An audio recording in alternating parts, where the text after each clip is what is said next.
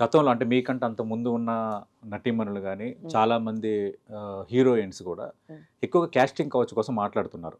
గతంలో ఇష్యూ అయ్యేటప్పుడు నేను మీకు ఇందాక అన్నాను. పబ్లిక్ ఇష్యూస్ మీద బోల్డ్‌గా మాట్లాడే మీలాంటి వాళ్ళు ఇలాంటి ఇష్యూస్ మీద బలంగా మాట్లాడతారు.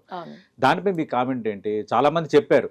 అంటే జయలలిత గారు మనం చూసాం. ఆమె ఒక కామెంట్ చేశారు. తర్వాత చాలా మంది చెప్తుంటారు ఇట్లా నిజంగా అలాంటి పరిస్థితి ఎదురైంది ఎప్పుడైనా మీకు? అలాంటి పరిస్థితి ఉందా ఇండస్ట్రీలో? ఇప్పుడు తగ్గిందా?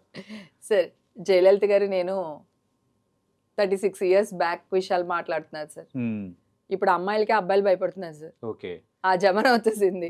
ఈ జమానాలో ఇప్పుడు కాస్ట్ కౌసింగ్ అలాంటివి ఏవి ఉండవు సార్.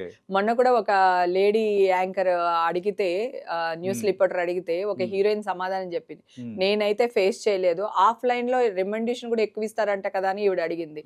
మరి ఆఫ్లైన్ లో ఈవిడ విన్నప్పుడు పలానా వాడు ఇలా అన్నాడని ఆవిడ పబ్లిక్ గా వేయొచ్చు కదా మీకు న్యూస్ వచ్చినప్పుడు.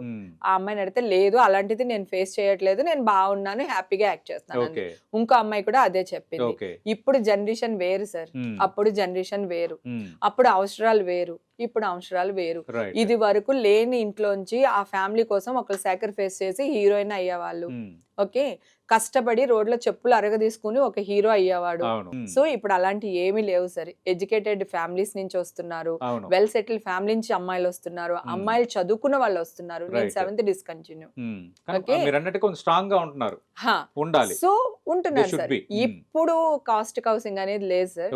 తర్వాత నేను ఇది వరకు కూడా చెప్పాను, ప్రపంచం అంతా రెండు చుట్టూ తిరుగుతుంది సార్.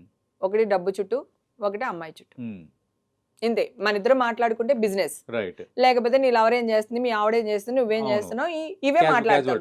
Casual talks. వీటి చుట్టూనే తిరుగుతుంది ప్రపంచం. ఓకేనా? అది ఎక్కడ లేదు చెప్పండి. ఓన్లీ ఇండస్ట్రీ అంటున్నారు కానీ మీరు, చెప్పానుగా మళ్ళీ అగైన్ సెలబ్రిటీ అయితే పిక్ పాకెట్ చేసిన న్యూసే, తుమ్మినా న్యూసే, దగ్గిన న్యూసే.